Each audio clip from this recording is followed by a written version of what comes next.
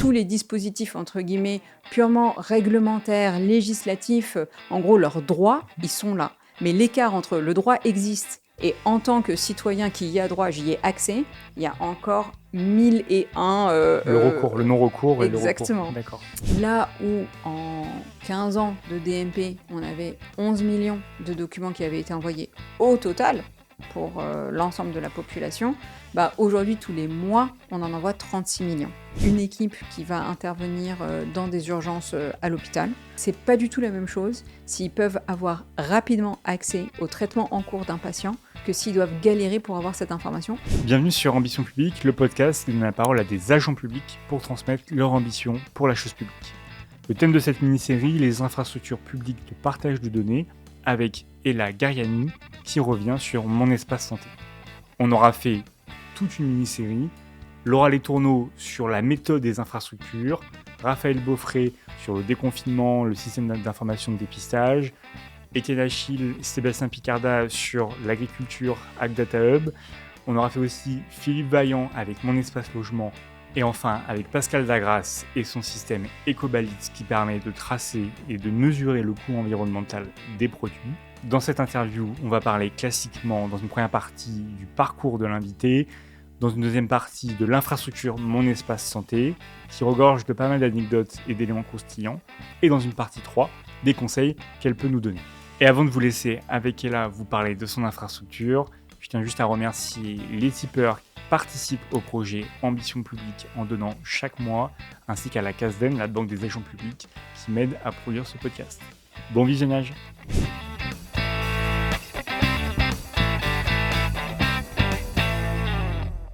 Bonjour Ella. Bonjour. Merci d'être avec nous pour parler de ton parcours, de ton poste, de ton infrastructure publique de partage de données, Mon Espace Santé, et des conseils que tu peux donner aux auditeurs. Alors je vais te demander tout simplement de te présenter.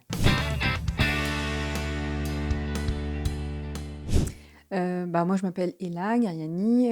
Aujourd'hui, je suis la co-responsable de la délégation au numérique en santé. Pour dire quelques mots un petit peu de mon parcours, moi, j'ai fait une école de commerce qui est l'ESCP.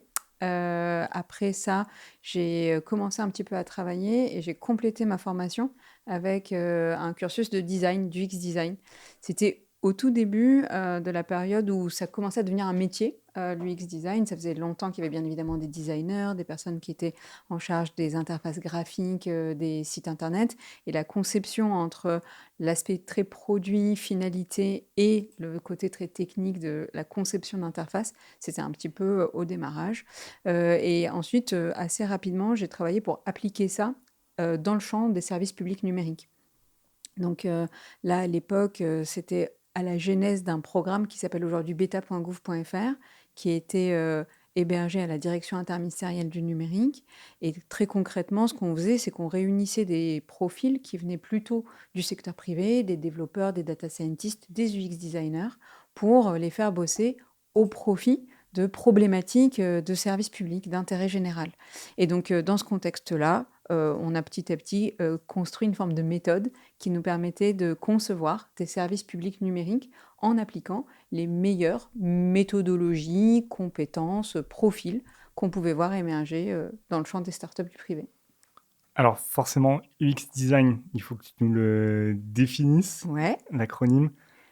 Alors, c'est User Experience Design, donc UX d'accord. Design.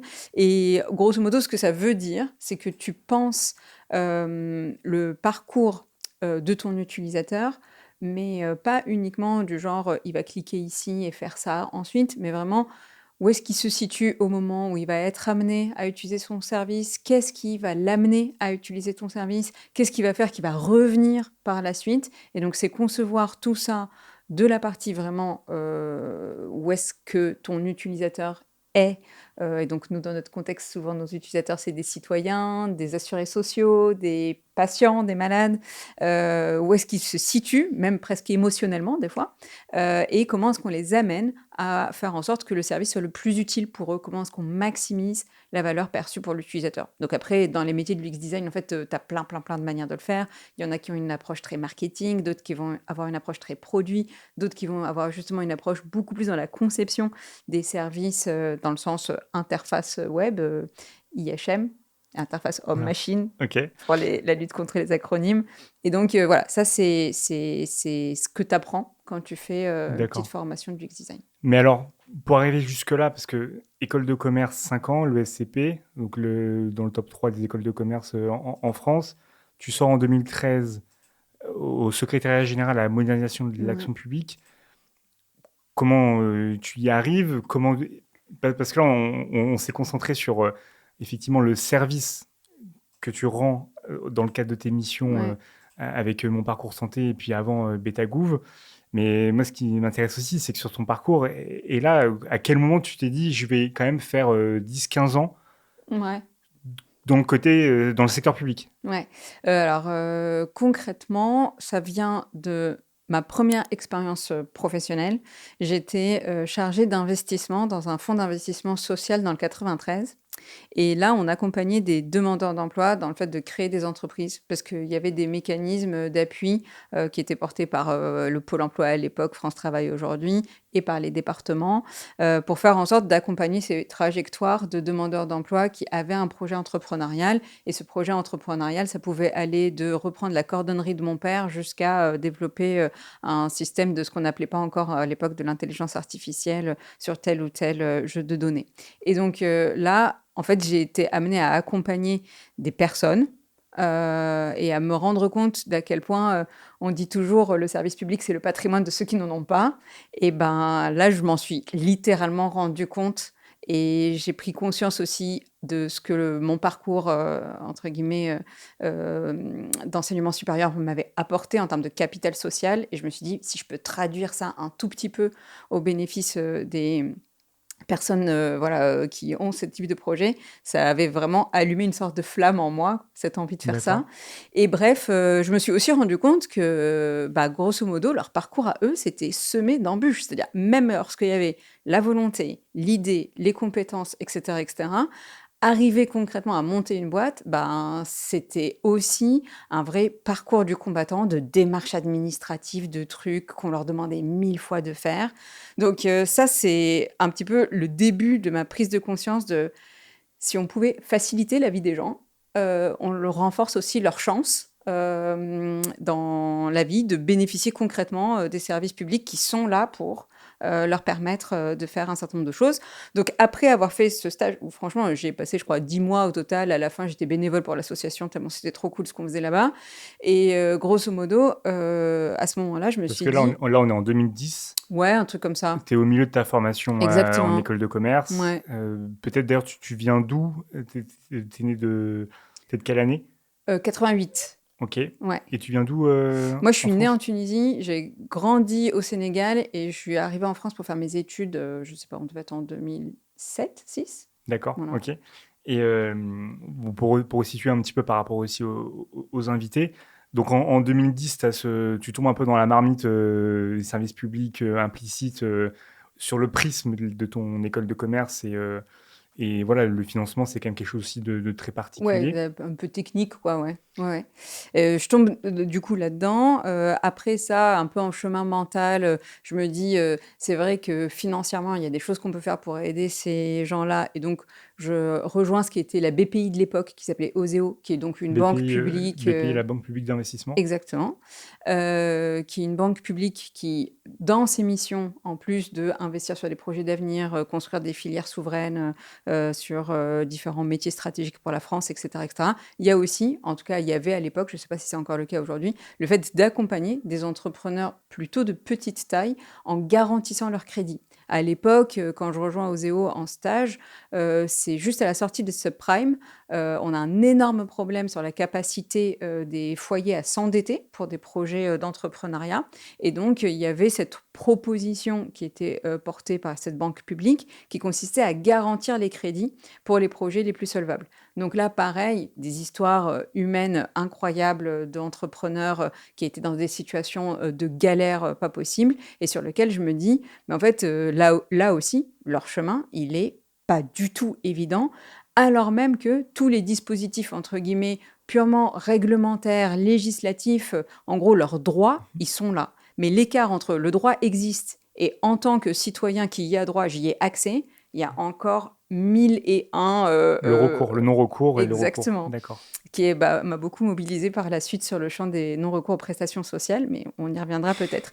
Et donc là, franchement, moi, je découvre un petit peu tout ça, tu vois, c'est mes premières expériences professionnelles, et je me dis, mais c'est fou, il y a 1000 trucs à faire, super passionnant, et si on essaye d'y appliquer les 2-3 petites choses que j'ai appris pendant ma formation universitaire, peut-être que je peux humblement contribuer à améliorer certaines choses. Et donc à l'époque, je rejoins le secrétariat général pour la modernisation de l'action publique. Qui est d'ailleurs une institution un peu qui s'est créée Dans la continuité de la DGME.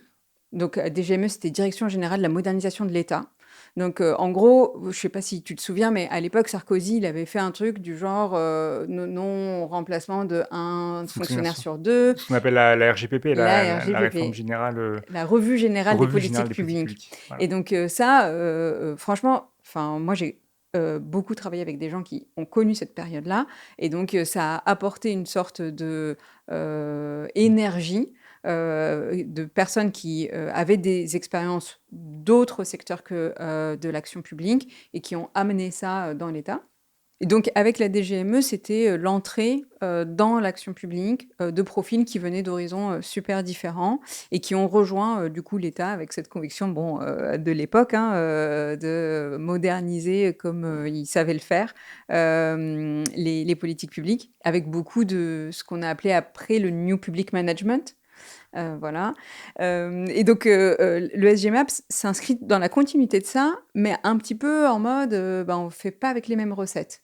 Et beaucoup plus cette démarche de co-conception, d'association des parties prenantes à la définition des politiques publiques. Enfin, la philosophie, en tout cas, était vachement différente.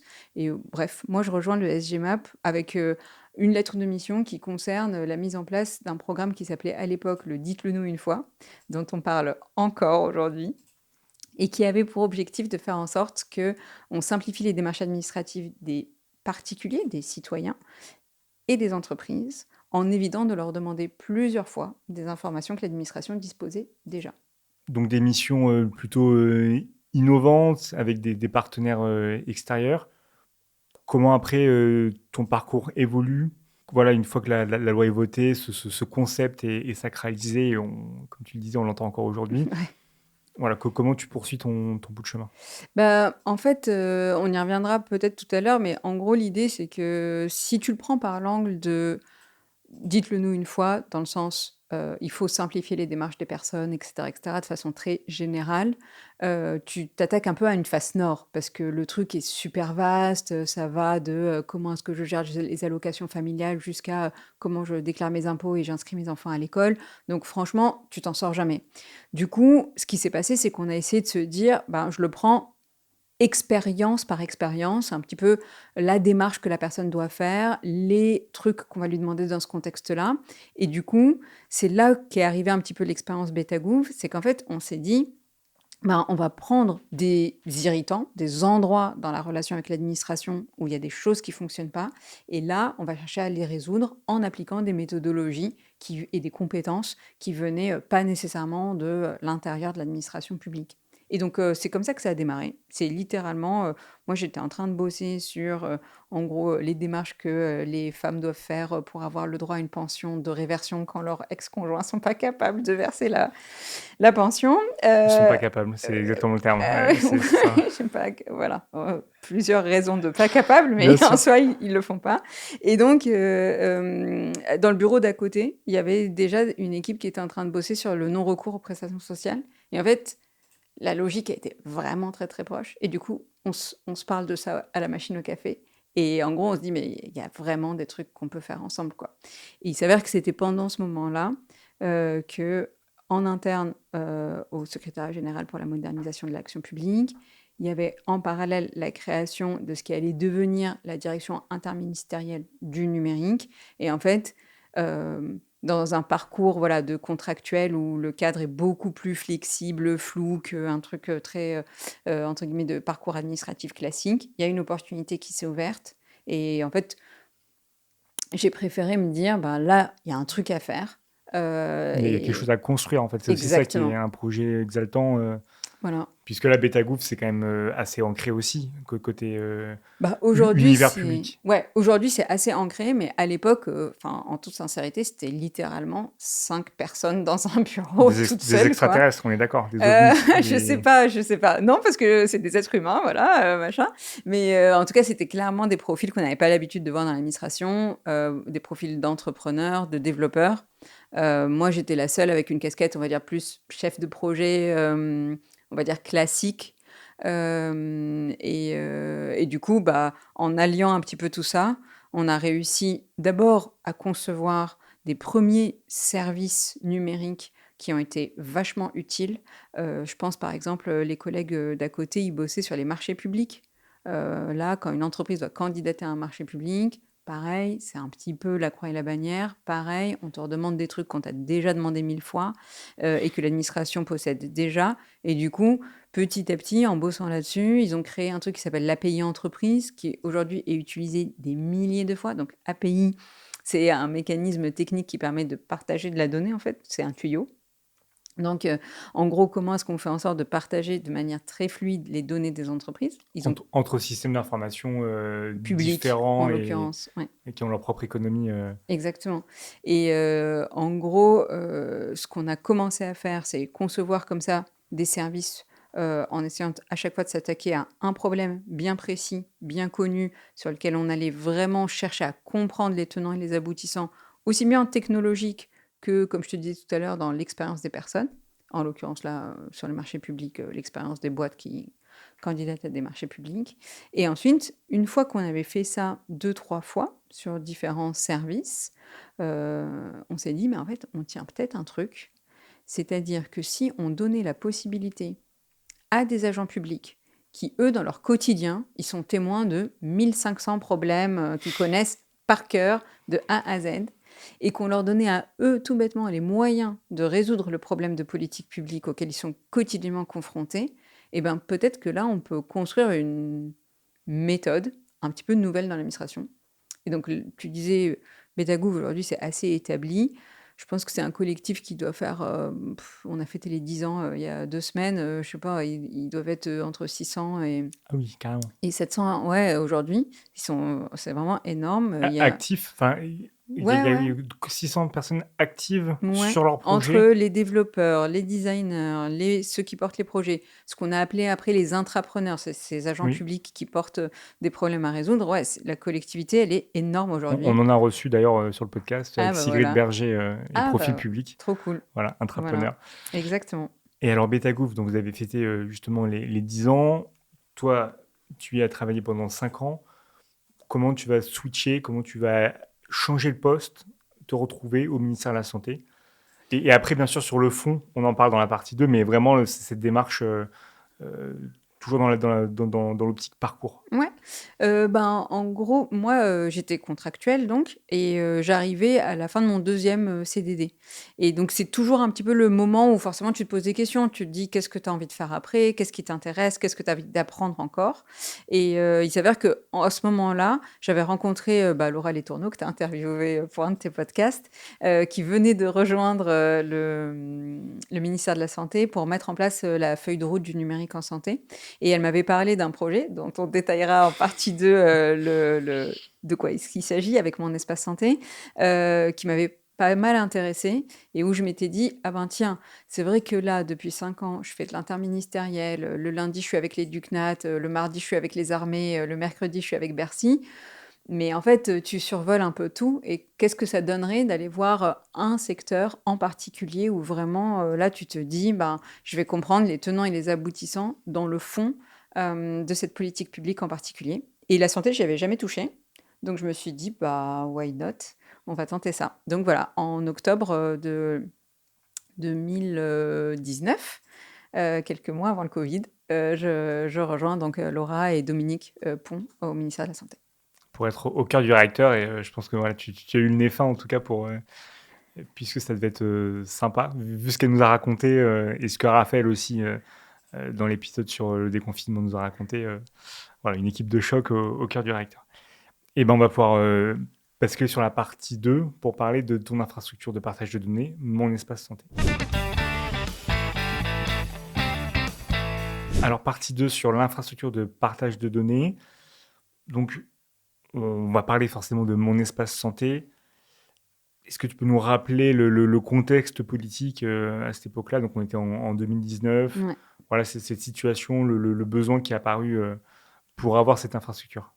Ouais, alors, en gros, ce qui s'est passé, c'est que donc, 2019, on est vraiment sur le lancement avec, le projet de loi qui arrive, qui, pose un petit peu le cadre. Mais, la réalité, c'est que l'histoire, elle commence, dès 2017, voire, 2018. En tout cas, juste après les élections présidentielles. Faut définir un petit peu quel va être le programme sur le champ de la santé. C'est une démarche que Agnès Buzyn, elle a portée qui s'appelle Ma santé 2022 et en préparation de Ma santé 2022, Agnès Buzyn, elle commande une mission à Dominique Pon, qui est à l'époque le directeur général de la clinique Pasteur à Toulouse, et à la numéro 2 de l'assurance maladie de l'époque. Et donc, ils produisent ce rapport qui consiste à dire pourquoi est-ce qu'en fait, en France, on est en retard sur le champ du numérique en santé. Un petit peu poser un diagnostic. Donc, le rapport, il paraît en 2018. Sur la base de ce rapport et de ses conclusions, il y a toute la partie feuille de route du numérique en santé qui émerge, avec tout un volet de repenser à la gouvernance, en fait, pour avoir une vraie politique du numérique en santé en France. Et au cœur de cette stratégie, comment est-ce qu'on fait en sorte de doter chacun de nos concitoyens d'un carnet de santé numérique? Et donc, c'est là qu'arrive Mon Espace Santé. En 2019, vraiment, on est sur le projet de loi qui s'appelle à l'époque OTSS, pour Organisation territoriale de notre système de santé. Et donc, on pose un principe assez inédit, qui est que on va ouvrir un carnet de santé à tous les Français d'ici le 1er janvier 2022. Mais c'était quelque chose qui n'était pas forcément nouveau. Alors, c'était même carrément super pas nouveau, parce que ça avait commencé au début des années 2010 avec le dossier médical partagé puis personnel, que certains appellent pour rigoler le dossier mal parti aussi, qu'on appelle le DMP. Et grosso modo, le DMP, c'était une idée qui avait été lancée par Douste Blazy à l'époque, qui consistait à dire... Ministre de la Santé, c'est ça? Ouais, Dans les années de l'époque, 2010, exactement. sous président Sarkozy, peut-être? Ok, Je crois que c'était peut-être. ça. Je crois que Bon, c'était c'est ça. pas grave, Ouais, on va rechecker les dates. Mais en gros, à l'époque, on dit il nous faut un dossier pour coordonner les parcours de soins des patients, c'est-à-dire permettre à un médecin qui suit un patient en ville de savoir ce qui s'est passé pendant une opération à l'hôpital, de récupérer automatiquement le résultat de l'examen, de la biologie, de la prise de sang qu'a fait le patient, etc., etc. Donc nativement, c'est vraiment pensé comme ce qu'on appelle un outil de coordination pour les professionnels de santé, mais concernant un patient. Et nous, ce qu'on change assez radicalement dans la conception du truc en 2019, c'est qu'on dit, cette infrastructure, c'est plus un truc pour les professionnels, c'est pour les patients. C'est avant tout pour les citoyens. Pour que quand tu vas faire ta mammo parce que tu as plus de 50 ans et que tu dois refaire ton examen, et quand le médecin te demande quel était le résultat de ton ancienne mammo, tu sors ton téléphone, tu l'as, tu lui montres. Quand tu arrives chez un médecin, qu'on te dit quels sont les médicaments que tu prends et que tu n'as pas ni la posologie exacte, ni le nom exact du médicament, tu peux retrouver ton ordonnance. Et donc, vraiment, on le pense nativement comme un truc pour, en fait, renforcer le rôle des personnes dans leur parcours de soins en leur donnant la main sur leurs données. C'est vraiment ça qui change vraiment toute la manière dont on conçoit le dispositif. On le pose avant tout comme un service pour les citoyens. Donc, vous changez de perspective, plutôt une approche citoyenne qu'une approche professionnelle. C'était dans l'air du temps en 2018, 2017-2018. Comment ça se fait qu'on n'y avait pas pensé avant? Est-ce que c'était les moyens qui manquaient?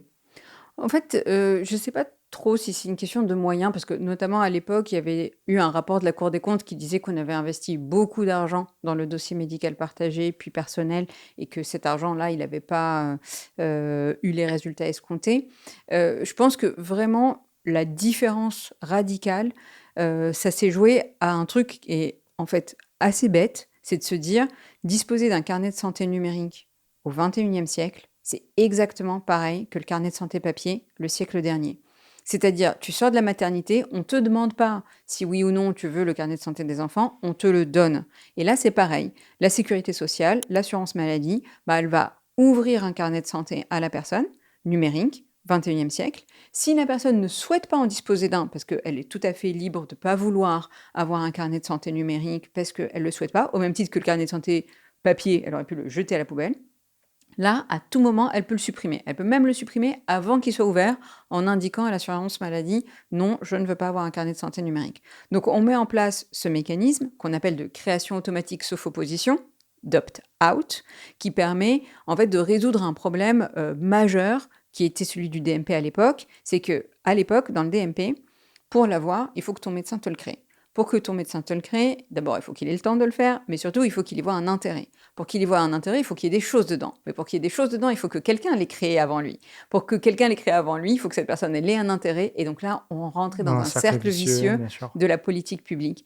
En créant le dispositif par défaut, vraiment au même titre que le carnet de santé papier à son époque, c'est-à-dire on te le donne à la sortie de la maternité, tu ne te poses pas de questions, c'est là que tu vas récupérer tes données de santé, eh bien, ça change radicalement les choses. Parce que du coup, on peut mettre en place, et c'est ce qu'on a fait par la suite, un mécanisme d'alimentation automatique des documents dans mon espace santé. En gros, on a travaillé avec plus de 250 solutions logicielles qui existent sur le marché de la santé en France, en biologie, en médecine de ville, dans les pharmacies, dans les hôpitaux, dans les centres d'imagerie, pour les radios.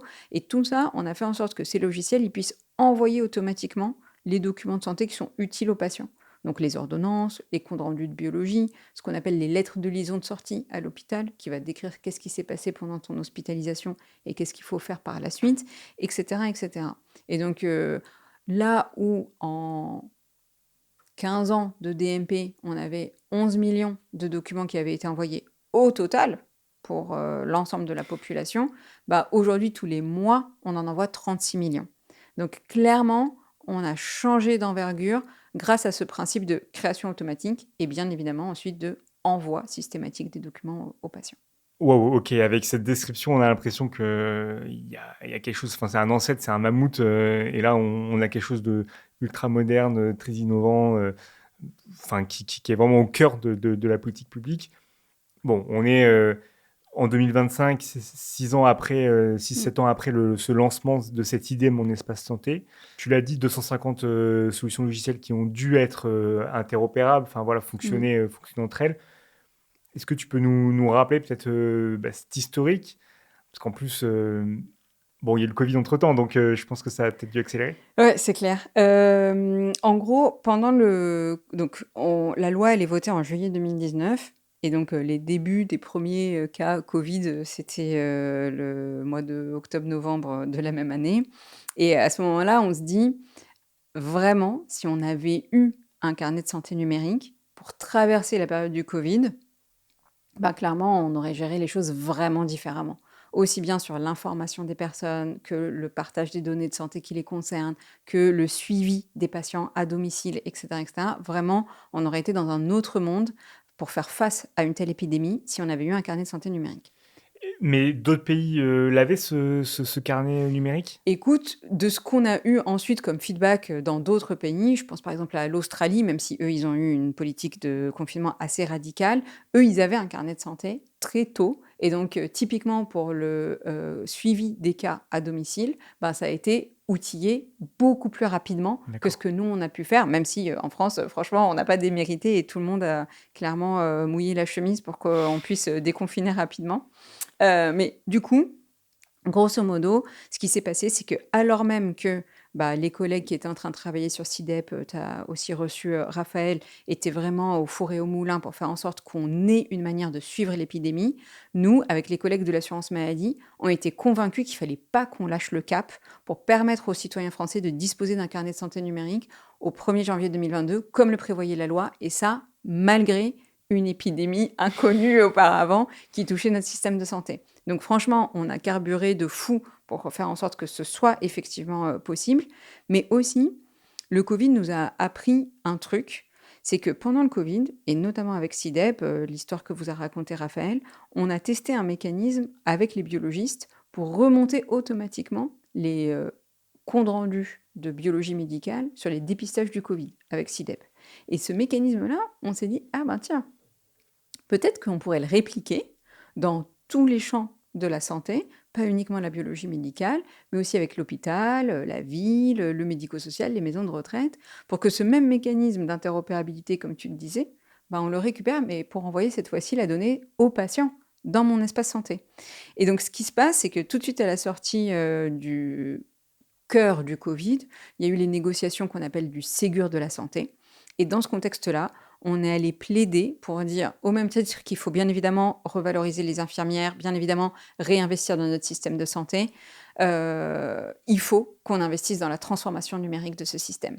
Et donc là, on a plaidé pour obtenir un plan d'investissement de 2 milliards d'euros, donc qui est piloté par Olivier Klatz, qui avait pour objectif notamment de mettre à jour les logiciels de l'ensemble des professionnels de santé pour permettre le partage fluide et sécurisé des données avec le patient. Donc, dans mon espace santé, je t'envoie tes ordonnances, tes comptes rendus d'examen, etc., les 36 millions de documents mensuels dont je te parlais tout à l'heure, mais aussi entre professionnels. En tant que professionnel, je récupère automatiquement le résultat de l'examen de biologie que j'ai prescrit à mon patient.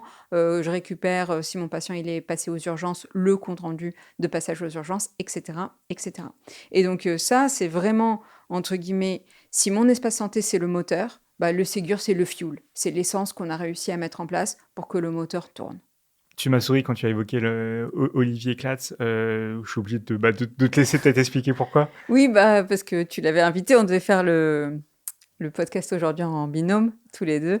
Et Olivier vient d'être papa. Donc, c'est pour ça qu'en congé paternité, il n'a pas pu être avec nous aujourd'hui. Voilà. Il est tout à fait excusé. Et voilà, et tant mieux. Bon, pour revenir au cœur du sujet, tu parlais de moteur, de fuel. On sait que c'est des comparaisons. Laura parle aussi beaucoup de maisons, de canalisation. Mais ce moteur-là, mon espace santé, c'est un moteur public. Est-ce qu'il y avait peut-être des initiatives privées? Le Covid a tellement été une pause en 2020 où tous les secteurs se sont concentrés sur ça. Il y a nécessairement peut-être des acteurs privés qui ont senti peut-être le vent tourner ou voilà un axe de travail. Ouais, franchement, même avant le Covid, hein, des initiatives privées pour concevoir un carnet de santé numérique, il y en avait plusieurs, plus ou moins balbutiantes, plus ou moins déployées, etc., etc. Mais nous, très tôt, on a eu la conviction de dire, si c'est pas les pouvoirs publics qui font un carnet de santé numérique, alors bien évidemment, le privé s'en emparera et ça ne fera qu'attiser ou aggraver les inégalités d'accès à la santé. Donc pour nous, c'était absolument crucial qu'au cœur du mécanisme de partage des données de santé vis-à-vis du patient, dans le contexte de notre sécurité sociale, avec aussi son système de valeurs, ben, en fait, l'accès à ces données de santé, ce soit gratuit, universel, public. Parce qu'il est hors de question que demain, par exemple, sur la base des données dont je disposerai, dans un carnet de santé numérique développé par d'autres, par exemple, eh bien, on me fasse des recommandations personnalisées à moi qui, du coup, du fait de ma capacité à me payer ce service-là, eh bien, j'aurai accès, du coup, à une meilleure prise en charge, à plus de prévention, à des services de santé plus personnalisés. Ça, on peut tout à fait imaginer hein, qu'il y ait des offres qui se développent pour des pathologies bien spécifiques, pour accompagner les personnes qui le souhaitent, tu vois, même des applications pour faire du sport, etc., etc. C'est cool, c'est chouette, ceux qui veulent s'en saisir le font, tant mieux. Mais par contre, lorsqu'il s'agit vraiment de questions de santé, d'enjeux de santé publique, ça nous paraissait absolument nécessaire que l'infrastructure nationale qui permette ça, ce soit une infrastructure publique. Et par ailleurs, on travaille, comme je te le disais tout à l'heure, avec plusieurs centaines d'entreprises, de solutions privées, parce que cette donnée, ben, forcément, elle est produite par des professionnels de santé dans leur logiciel qu'ils utilisent au quotidien, qui sont bien évidemment des solutions développées par le marché, mais qui doivent envoyer l'information au patient de manière systématique pour que le patient il ait toujours la main sur ses données de santé et qu'il puisse choisir qui a accès à quoi quand ça concerne sa santé. Et derrière, on peut tout à fait imaginer que, en s'appuyant sur ces données-là, qui deviennent de plus en plus faciles à partager, mais toujours avec le patient au centre comme un peu le chef d'orchestre de qui peut avoir accès à quoi, bah on puisse bénéficier de services additionnels. Par exemple, faire tourner des algos de diagnostic automatiser, par exemple, aider des professionnels de santé à interpréter des images, etc., etc. Et ça, pour nous, c'est bien évidemment la place des acteurs du privé. Il n'est pas question que ce soit l'État qui propose ce type de service-là. C'est du plus, ouais. Voilà. Mais par contre, la base, entre guillemets, quand on reprend l'allégorie de la maison, le HLM, bah, ça doit être un service public, gratuit, universel, public. D'accord, donc ça semble à la fois évident pour tous les avantages que tu as cités, et puis c'est aussi dans l'esprit peut-être de la sécurité sociale, Mm. de nous, notre approche du médical en France, chose qui est totalement différente. D'ailleurs, peut-être qu'aux États-Unis, il y a des acteurs privés qui s'en emparent et qui proposent des tarifs différentiels en fonction des données qu'ils récupèrent des usagers qui consomment ces services. C'est ça les En déboires. fait, aux États-Unis, ça va un cran plus loin. C'est qu'en fait, les données de santé des personnes, lorsqu'elles sont prises en charge par des hôpitaux, et cetera, il s'avère que les hôpitaux sont équipés pour la plupart d'un seul système d'information, allez, 2, qui équipent tous les hôpitaux des États-Unis. Et du coup, le lien entre ces hôpitaux, leur système d'information et les systèmes d'assurance, en fait, il est natif. Et du coup, c'est même pas une histoire de toi, en tant que patient, tu pas accès au même service. C'est carrément ton assurance, elle sait déjà quelle va être ta maladie parce qu'elle a déjà elle-même eu accès à tes informations sans même que toi, tu les aies récupérées. Donc là, on est clairement sur l'anti-modèle par Ah rapport à ce que oui. nous, on essaye de concevoir. Là, il n'y a même pas d'opt-out et compagnie, là, Non, c'est figé dès le départ. c'est ça. Et alors, mais l'autre pendant, c'est comment ces HLM, ils sont construits pour être sécurisés numériquement, voilà, que ces données ne soient pas perméables. Ouais, clairement. Ça, pour nous, c'était une de nos préoccupations principales et vraiment dès le début de la mise en œuvre du dispositif. Parce que faut se remettre, entre guillemets, en 2019-2020, quand on était encore dans la phase de conception. Nous, on se disait: «Ça va être énorme, ça va être une infrastructure nationale qui va gérer un flux de données super sensible et à une échelle qui n'a jamais été rencontrée, auparavant». Et du coup, il faut vraiment que les considérations sur la sécurité de cette donnée, elles soient au cœur de nos préoccupations dès le début. D'abord, on avait un sujet, c'est faire en sorte que les données soient stockées, hébergées en En France. France. Et donc typiquement, on a inscrit dès le début du marché public qu'on a conçu avec les collègues de l'assurance maladie, un mécanisme qui prévoyait que le sous-traitant qui allait être chargé de l'hébergement, ben, il soit vraiment physiquement localisé à côté d'un centre de l'assurance maladie. Et donc, par ce biais-là, de fait, on a privilégié un hébergement souverain.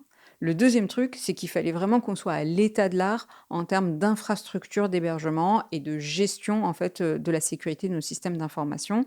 Du coup, là, très très tôt, on a fait appel à l'ANSSI pour leur demander en fait leur avis sur ce qu'on avait prévu de mettre en place. Il s'avère qu'en plus, 2022, c'est les premières attaques cyber qui touchent nos hôpitaux. Et donc, clairement, le sujet de la santé dans le travail de l'ANSSI, j'ai pas dit l'ANSSI, c'est l'Agence nationale de la sécurité des systèmes d'information, bah, la santé était devenue un des secteurs prioritaires. Donc là, on a vraiment eu de la chance d'être accompagné par des vrais boss de la cybersécurité, le top du top de ce qu'on fait en France sur le sujet. Donc Et on c'était peut en être fier. exactement, c'était super utile pour nous d'avoir ça dès le début. Et on a même fait un truc qui, à l'époque, était un petit peu nouveau, qui se faisait pas beaucoup, même si maintenant c'est beaucoup plus fréquent. C'est qu'on fait appel, vous savez, à des hackers gentils. D'accord. Qui testent les infrastructures. Exactement, et qui te disent warning, là, tu as un truc et tout et tout. Donc, on a fait ça avant le passage en prod. Ça avait été une des recommandations de l'ANSSI. Une sorte de hackathon, vous les convoquez pendant Ouais, une ils appellent ça bug semaine. bounty. Ils vont Ah oui. chercher des bugs dans Des, ton application. et bounty, parce que c'est prime, en fait, Exactement. on est récompensé au nombre de bugs qu'on Qu'on a décèle. trouvé, ouais.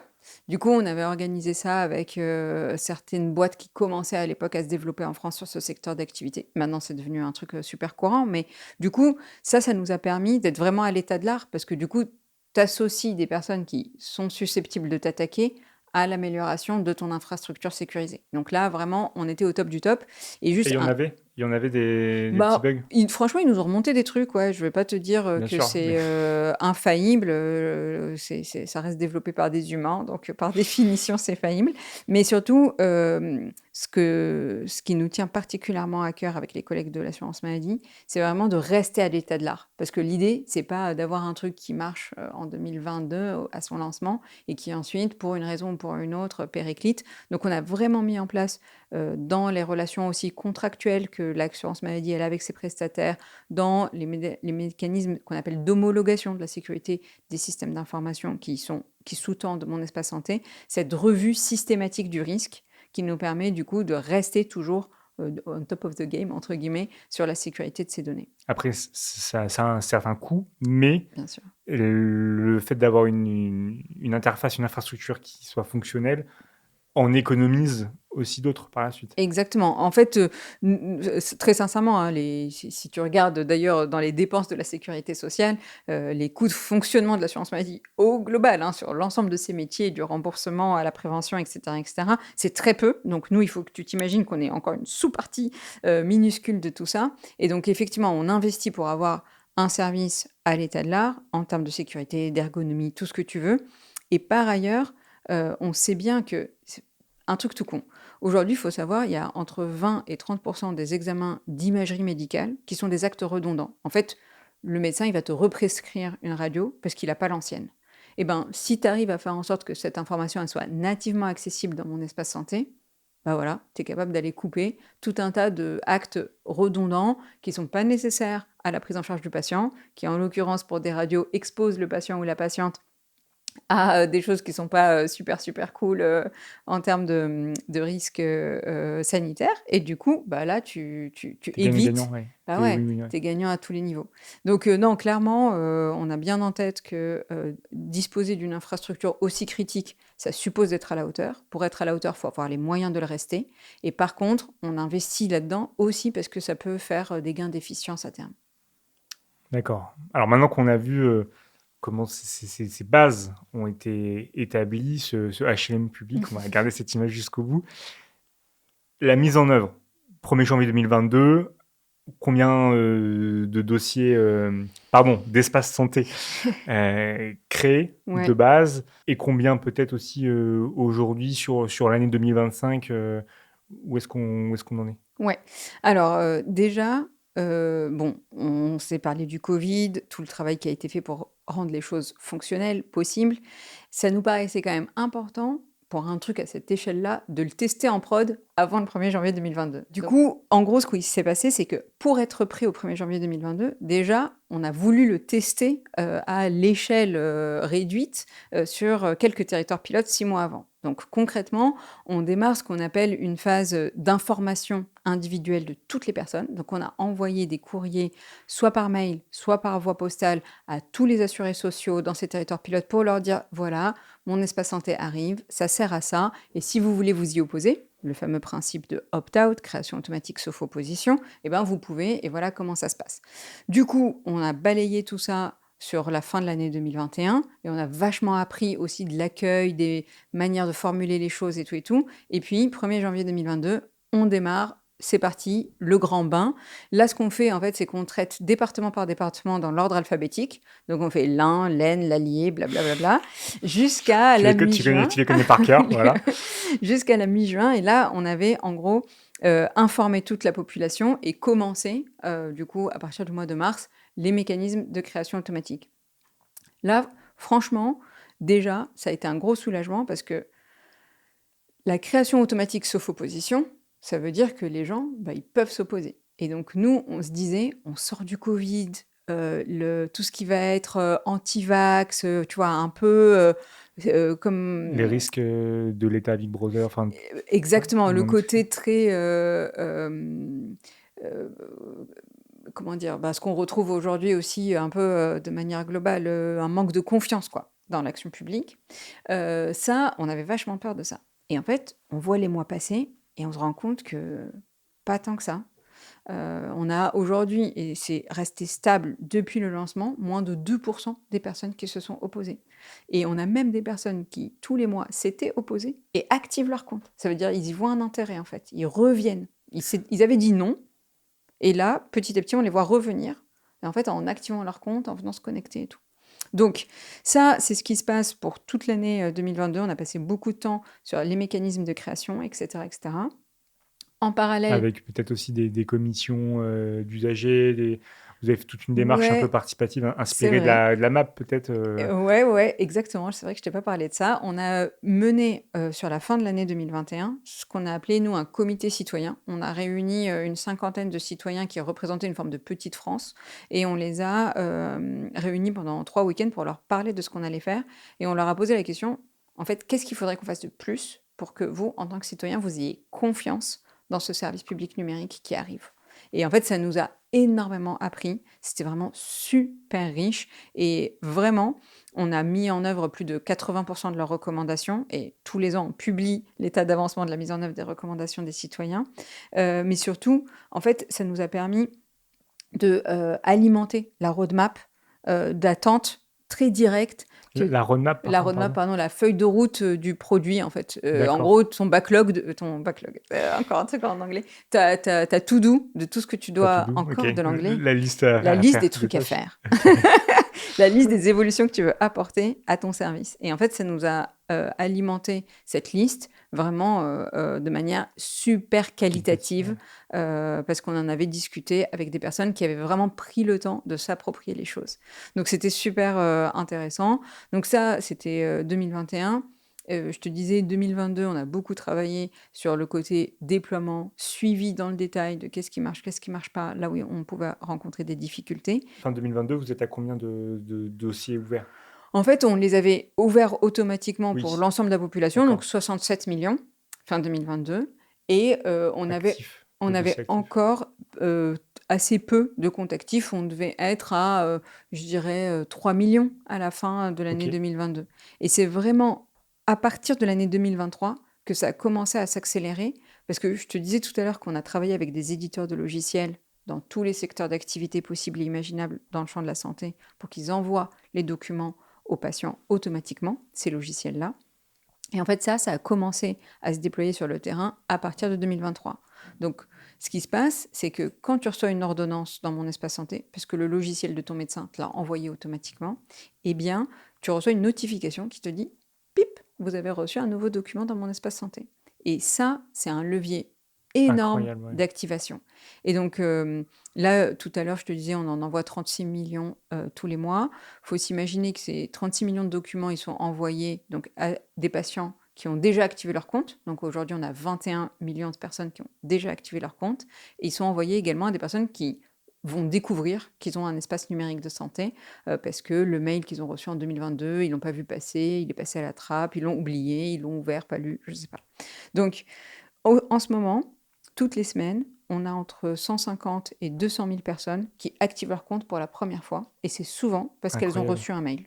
Et ce qui fait que, peut-être de manière triviale, dans ton bureau, il y a un compteur et tu les vois monter. Ouais, j'ai pas fait le compteur, mais j'ai reçu un mail toutes les semaines des collègues de l'assurance maladie qui me disent on a un graphe qu'on suit Ok. comme le lait sur le feu, voilà combien on en a fait cette semaine, etc., etc. Et toutes les semaines, on fait aussi le même suivi sur la volumétrie des documents qui sont envoyés, parce que ça aussi, on le suit comme le lait sur le feu.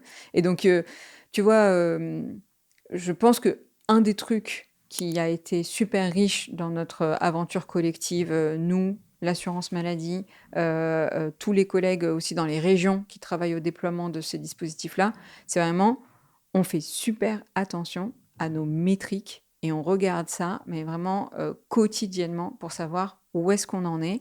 Et ça nous donne en fait les clés pour savoir ce qu'il faut améliorer pour que notre Bien affaire, sûr. elle marche pour de vrai, quoi. Mais après, c'est un champ d'expertise que vous partagez. D'ailleurs, c'est une équipe de combien de personnes sur ce projet-là, Mon Espace Ouh Santé? là là, Et vous êtes quand même capé. Vous êtes. ouais, on a beaucoup de profils qui sont des profils qui ont été responsables de produits numériques dans d'autres secteurs d'activité que le secteur public. Beaucoup de gens qui connaissent bien le champ de la santé. Olivier, dont on parlait tout à l'heure, par exemple, il a monté une boîte dans le champ de l'imagerie médicale avant de rejoindre le secrétariat général pour l'investissement, donc dans les services du Premier ministre, et avant de nous rejoindre, nous, au ministère de la Santé.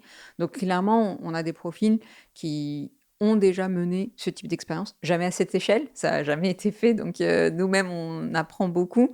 Mais par contre, qui méthodologiquement maîtrisent un certain nombre de trucs. Et pour répondre à ta question de combien est-ce qu'on est sur ce projet-là, aujourd'hui, au ministère de la Santé, on doit être, je dirais 4, mais on intervient vraiment à tous les niveaux du truc. Mais par contre, du côté de l'assurance maladie, eux, ils sont en gros une soixantaine côté, on va dire, direction du produit, mon espace santé et de tout ce qui va avec. Et ensuite, il y a bien évidemment les développeurs, les sous-traitants qui sont retenus par le biais des marchés publics. Et là, tu dois avoir une grosse centaine de personnes qui travaillent sur le produit.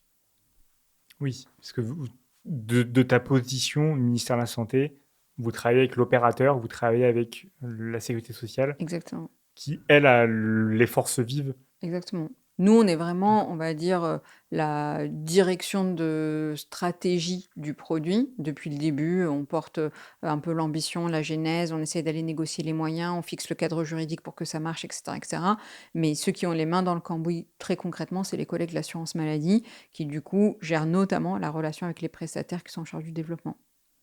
D'accord. Et alors, 2024, 2025, là, quand on tourne cet épisode, on est en juillet 2025. Donc peut-être que quand il sera publié, on sera à plus que 21 millions, peut-être On 22, espère. si ça augmente comme tu nous le dis. 2024-2025, voilà comment ça évolue, et puis peut-être après nous dire les perspectives, peut-être aussi de développement de mon espace santé. Donc sur 2024-2025, en gros, avec les collègues de l'assurance maladie, comme je te disais, on est vraiment très focalisé sur le fait que ce qu'on déploie marche. Donc tout ce qu'on a fait sur l'année vraiment 2024, c'est aller vérifier sur le terrain l'ensemble des petits trucs qui faisaient qu'on avait encore des difficultés sur le déploiement. Je te donne un exemple tout bête. Pour s'assurer que les logiciels des laboratoires de biologie médicale, ils envoient bel et bien les comptes rendus d'examen de biologie dans le compte patient dans mon espace santé, en fait, il y a tout un chaînon d'actions qui doivent être réalisées pour que ça marche. Et donc là, au moment où on se parle, en fonction des centres de biologie, t'en as où ça marche vachement bien et d'autres où ça marche moins bien. Et donc on essaie de comprendre qu'est-ce qui fait que dans un cas ça fonctionne, dans l'autre pas, et on essaie d'apporter des solutions à ce type de problème. On avait le même sujet sur la partie médecine de ville. Donc pour un cabinet d'un médecin, qu'est-ce que le médecin doit faire pour que le document soit envoyé automatiquement, en essayant de faire en sorte que ce qu'il ait à faire soit le plus petit Bien sûr. possible, parce qu'il n'a pas une seconde à consacrer à ça. Donc là, on se rendait compte que, avec certains logiciels, ça marchait bien, avec d'autres, pas du tout. Dans certains cas, le médecin envoyait super facilement des centaines d'ordonnances par jour. Dans d'autres, on était à moins de 10 par mois, et on ne comprenait pas pourquoi. Donc tout ce travail-là, c'est une démarche que nous, on a appelée sentinelle, c'est-à-dire aller regarder qu'est-ce qui fait en sorte que ça ne marche pas. Et on a passé beaucoup, beaucoup, beaucoup de temps avec les éditeurs de logiciels, les médecins, les professionnels de santé en général, pour s'assurer que la machine de alimentation de mon espace santé, elle tourne.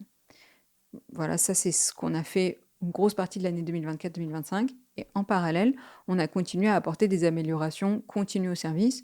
Je te disais tout à l'heure sur la sécurité de nos applications, on essaye vraiment d'être à l'état de l'art. En fait, on essaie de faire la même chose sur l'ergonomie, l'expérience utilisateur.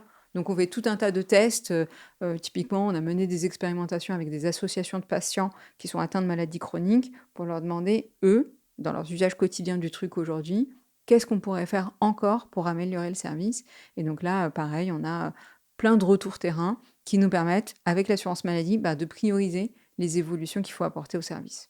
Et donc tes semaines, c'est des sortes de copiles, de réunions transversales à trois têtes, les éditeurs, la science maladie et ton équipe resserrée de Ouais. 4-5 personnes en Ouais, centrale. ça ressemble à peu près à ça, D'accord. pas toujours au même rythme, mais clairement, ouais, ça ressemble à ça. On a vraiment des échanges quotidiens avec les éditeurs de logiciels.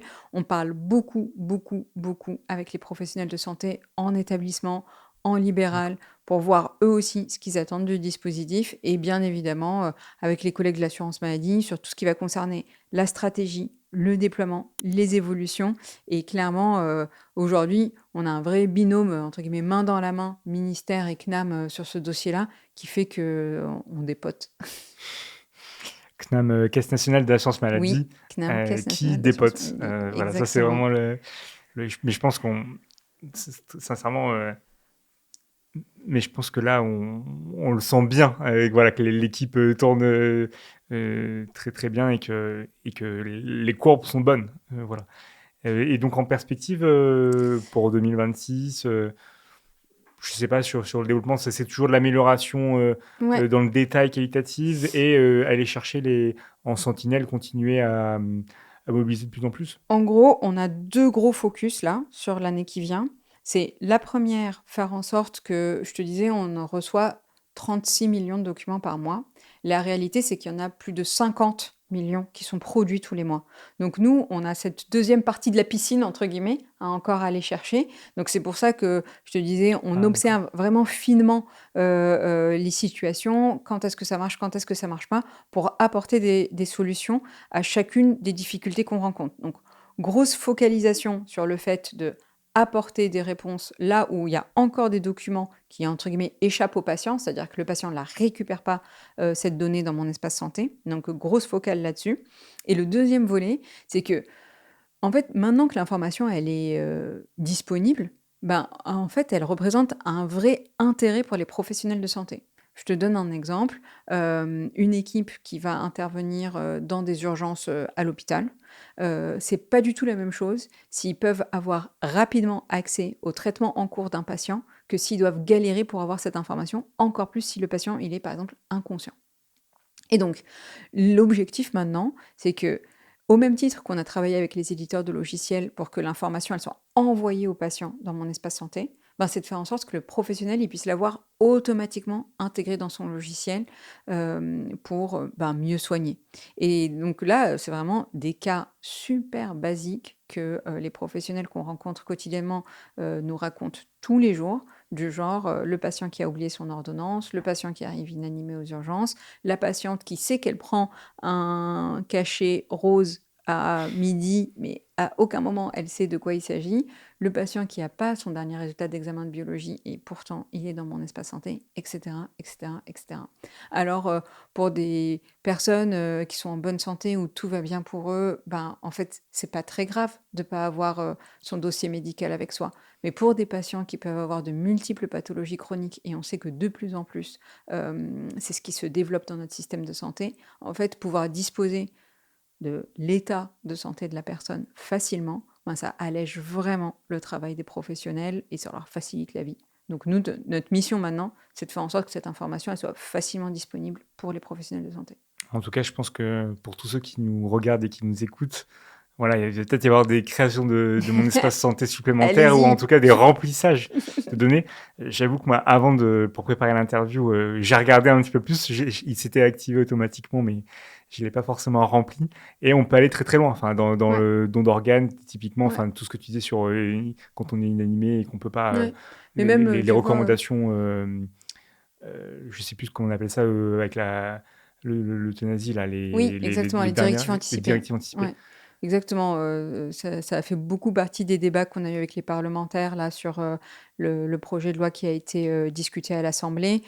Comment est-ce qu'on fait en sorte que, cette information, elle soit facilement disponible pour les équipes qui accompagnent les patients en soins palliatifs ou en fin de vie? Clairement, mon espace santé a son rôle à jouer là-dedans et on voit déjà, j'ai pas le chiffre exact, je pourrais te le redonner, à la sortie, mais on voit déjà que les patients, en fait, ils se saisissent de ça et il y a beaucoup, beaucoup de patients qui remplissent leurs directives anticipées dans mon espace santé. Très bien. Bon, après cette présentation très complète de mon espace santé et encore une fois, je pense très encourageant pour ceux qui nous écoutent, qui nous regardent et qui vont aller compléter ça. On va pouvoir basculer sur la partie 3, sur les conseils que tu peux donner à nos auditeurs. Partie 3 sur les conseils. Une question que je pose toujours normalement en première partie avec les invités plutôt format portrait. Un objet, une œuvre d'art, un livre, un film, voilà, quelque chose d'inspirant pour toi et qui représente peut-être ton quotidien ou du moins ton champ d'action. en tant qu'agent public? Ah, mon quotidien, je suis pas sûre, mais moi, le 1er truc auquel j'ai pensé, sur cette question-là, c'est un bouquin que j'adore, qui s'appelle «Cette nuit, la liberté». C'est de, Larry Collins, et Lapierre, je sais plus, Dominique Lapierre. En gros, c'est sur l'histoire de l'indépendance indienne et un des trucs qui est passionnant dans l'histoire de l'indépendance indienne, en dehors du fait que, c'est super compliqué parce que c'est beaucoup d'ethnies, beaucoup d'histoires, des intérêts clairement divergents, autour de la table, c'est le fait que, ils aient collectivement réussi, dans un esprit qui est quand même assez pacifiste, à concevoir un système de partage de pouvoir qui a donné lieu à, bon, certes, la séparation entre le Pakistan et l'Inde, mais aussi à la plus grande démocratie du monde. Et alors, le lien avec mon quotidien, il n'est pas direct, mais pour moi, ça me parle beaucoup parce que d'abord, j'ai la conviction intime que l'intérêt général, c'est pas égal à l'action publique. C'est-à-dire que tu peux tout à fait avoir des acteurs d'un écosystème beaucoup plus large que les acteurs publics, dont les intérêts peuvent être convergents avec ceux de l'intérêt général pour le plus grand nombre, pour nos concitoyens. Et j'essaie toujours de garder ça en tête dans mon travail en tant qu'agent public, contractuel, passionné des sujets numériques et de société. Je me dis, comment est-ce qu'on peut faire en sorte de construire ce patrimoine de services publics en associant au maximum les personnes qui font notre société? Et même quand parfois ils peuvent venir d'horizons différents, avoir des quotidiens qui sont radicalement différents, bah, comment est-ce qu'on peut construire ça collectivement? Parce qu'en fait, bah, c'est ça notre travail, quoi. C'est pas, nécessairement, faire en sorte que, on produise une administration administrante, et cetera, de garantir la continuité de l'action publique, et cetera. C'est pas nécessairement notre objectif. Notre objectif, c'est rendre un service public au plus grand nombre, qui constitue un patrimoine national, qui fait ce qu'on est, quoi.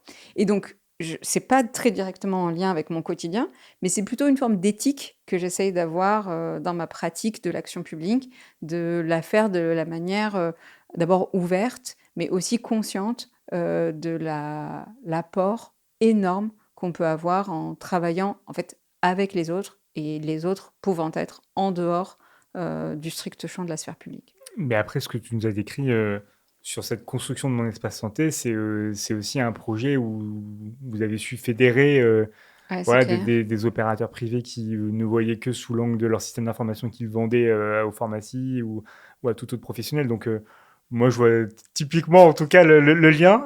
J'espère que nos auditeurs, aussi et ça me permet aussi d'insister sur quelque chose, souvent sur les concours quand on passe les oraux et qu'on présente son intérêt, sa motivation pour, voilà, participer à l'intérêt général, que en fait, toute expérience, Mmh, est bonne à prendre c'est et clair. qu'il y a pas uniquement le parcours, public à 100 je vais être fonctionnaire parce qu'il y a que là que l'intérêt général, s'incarne et se réalise.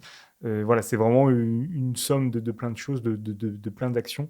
Donc ça le montre bien et c'est voilà, un conseil aussi glissé, alors même que tu n'es pas, titulaire, que tu as pas passé les concours, mais pour autant tu as 10-15 ans d'action publique, voilà, en tant que contractuel. Euh, En tant que citoyenne engagée, on peut dire. Exactement, en tant que contractuel, citoyen engagé, pardon, je voudrais pas Non, que ça mais soit réducteur. ah, pas du tout, je Je le voudrais pas prends que ça pas soit comme ça. réducteur. Euh, Est-ce que, bah, deuxième question, moi, souvent que je pose aussi, une situation où tu as été en difficulté et où tu aurais aimé savoir en amont, voilà, comment réagir, comment faire face. Ouais, alors, là, je me rapproche vraiment de quand j'ai commencé à bosser, et je me souviens très bien, de un petit peu la sensation d'avoir un truc énormissime à faire et de pas savoir par où commencer. Donc, tu vois, on parlait tout à l'heure du dispositif «Dites-le nous une fois» et cetera et cetera. Moi, j'étais vraiment, toute jeune, agent public, professionnel, vraiment je démarrais tout juste et clairement, quand tu te demandes, comment est-ce qu'on va faire en sorte de simplifier la vie administrative des personnes en faisant en sorte que les informations dont dispose l'administration, elles soient facilement, réutilisables, dans le cadre de démarches qui sont faites, au quotidien par les citoyens, ben, ça m'a l'air gigantesque et je me souviens très bien, j'avais fait un tableau des 100 démarches administratives les plus fréquentes. J'avais épluché tous les CERFA avec toutes les pièces administratives qu'on te demandait. Et j'avais fait un truc, mais vraiment gigantesque, que j'avais imprimé sur un mur qui prenait littéralement 2 mètres sur 3, qui répertoriait toutes les pièces administratives qu'on demandait aux gens, dans quelle démarche. Et je les avais mis en rouge, celles qu'on pouvait aller récupérer automatiquement. Et là, j'étais face à ça et je me suis dit, c'est la face nord. Enfin, je veux dire, là, on n'y arrivera jamais. Et du coup, je me souviens très bien, il y avait un monsieur qui, lui, il avait fait 1000 choses dans sa carrière, un fonctionnaire géo trouve-tout, qui s'appelle Philippe Vrignot, qui est un mec extraordinaire, qui passait par là et qui a vu ça, il m'a dit: «Mais t'es folle, enfin, ça va jamais se réaliser ça, de supprimer tous ces points rouges que t'as mis sur ce mur». Il a dit: «Prends-en une et fais-la jusqu'au bout. Genre, commence par un truc et ce truc-là, tu le termines». Et en fait, en apprenant à le faire une fois, tu trouveras comment le répliquer N fois. Et donc, on avait choisi à l'époque les bourses des collèges, parce que c'était des trucs où on demandait que des données du champ fiscal et sur lesquelles on pouvait aller développer un truc, même si c'était cracra au début, que ça nous a pas valu que des copains du côté de la DGFIP au démarrage, bah en fait on avait réussi à tester un truc, d'abord dans 3 collèges, puis 100, puis 1000, et puis en fait maintenant c'est généralisé France entière. Et je me dis que, tu vois, si je devais donner un conseil à ceux qui démarrent un job et qui ont l'impression que ce qu'ils ont à faire est gigantesquissime, ben, faut le réduire aux plus petits trucs concrets sur lesquels tu peux avoir un résultat opérationnel. Là-dessus, tu vas apprendre et ensuite répliquer. Et bah, ça me paraît être un truc que j'aurais bien aimé qu'on me dise à l'époque. En l'occurrence, qu'on m'a dit, et j'étais super contente qu'on me le dise. Parce que c'est vrai que tu commences sur une approche chef de projet. Tu as une thématique phare et on te dit voilà, c'est ça ta lettre de mission. Maintenant, tu y vas et tu nous produis des résultats dans un mois, 3 mois, 6 mois. Alors bon, c'est vrai qu'il y a aussi les fonctionnaires qui sont plutôt sur des postes support, qui Ouais. vont intervenir ponctuellement et donc ils vont avoir moins cet effet, un énorme iceberg devant nous. Enfin, en plus, la face découverte et après, on découvre tout ce qu'il y a. L'approche chef de projet chargé de mission est quand même assez particulière. Donc, ce petit point de méthode quand même que tu nous donnes, voilà. Mais en fait, l'idée aussi de la grande carte de mètres sur 3, un peu comme les policiers font quand voilà, ils font une enquête, c'était aussi pertinent parce que du coup, tu voyais tous les parallèles, Ouais. les trucs qui revenaient. Peut-être qu'aujourd'hui, on la ferait peut-être numériquement pour avoir un contrôle F facilement. Et, J'avais aussi la version oui, je numérique, pense. heureusement, mais c'était juste le... Non, mais par rapport à ce que tu dis, c'est vrai que, tu vois, moi j'ai toujours eu des postes dans ma carrière où tu devais apporter un changement. Donc par définition, il y a une situation, et toi, ton projet, c'est de faire en sorte qu'il y ait une transformation de cette situation. Mais je pense que cette méthode qui consiste à dire, au moment de faire quelque chose, je vais chercher à le premier truc concret, opérationnel, sur lequel je peux avoir un impact réel et contribuer à l'amélioration, pour moi, ça s'applique à tous les jobs. Alors bien sûr, Mm. quand tu as des jobs qui sont des jobs de gestion, bah, en fait, tu vas faire ton taf, mais en fait, au bout d'un moment, quand tu l'auras fait 1000 fois, tu identifieras tellement de petits trucs que tu aurais aimé améliorer et pas savoir par quel bout le prendre. Et moi, c'est ça qui m'a été vachement utile. Et typiquement, le collègue dont je te parlais qui m'avait donné ce conseil à l'époque, lui, c'est ça son histoire. En fait, il avait travaillé en préfecture pendant des années sur tout un tas de trucs. Il avait vu à quel point est-ce que ça pouvait générer de la frustration chez lui, mais aussi chez les personnes avec qui il travaillait, que ce soit ses collègues ou les citoyens à qui il rendait des services. Et du coup, il s'était dit, en fait, il faut que je trouve des manières d'arranger ces problèmes-là. Et voilà, enfin, peut-être qu'un jour tu l'intervieweras avant qu'il parte à la retraite. Mais ça, c'est, à mon avis, quelque chose que tous, en tant qu'agents Bien publics, et sûr. d'ailleurs pas que, on peut trouver une manière de se l'appliquer. Je pense que ça va, nos auditeurs et même moi-même, hein, on va le mûrir ce conseil pour essayer de voir là, sur nos prochaines missions au travail, euh, à quel moment, quand on veut faire un changement, voilà, d'aller jusqu'au bout. Très bien, ok pour ce conseil. Est-ce que tu as peut-être voilà, d'autres conseils ou des livres à nous recommander avant qu'on qu'on mette fin à cette interview? Écoute, non. Là, Je me disais, aussi en réfléchissant à un bouquin peut-être plus, axé sur vraiment le cœur de l'action publique. Il y a un bouquin, de David Graeber sur la bureaucratie qui est, OK. pareil, grosse source, d'inspiration. Si et c'est pas, bureaucratie n'est pas un concept négatif malgré, beaucoup de préjugés qu'on peut avoir sur le sujet. Et du coup, pareil, moi ce livre, m'a vachement éclairée justement pour sortir un petit peu des poncifs et voir, le pouvoir que ça pouvait avoir aussi, d'avoir des règles applicables à tous et comment ça peut générer de l'égalité, de traitement et du coup, de l'état de droit, voilà. Très bien pour, remettre un peu de valeur positive à ce terme bureaucratie. Un mot de la fin? Bah, merci, merci David. Super Ella. Merci à tous et puis à bientôt pour, d'autres épisodes.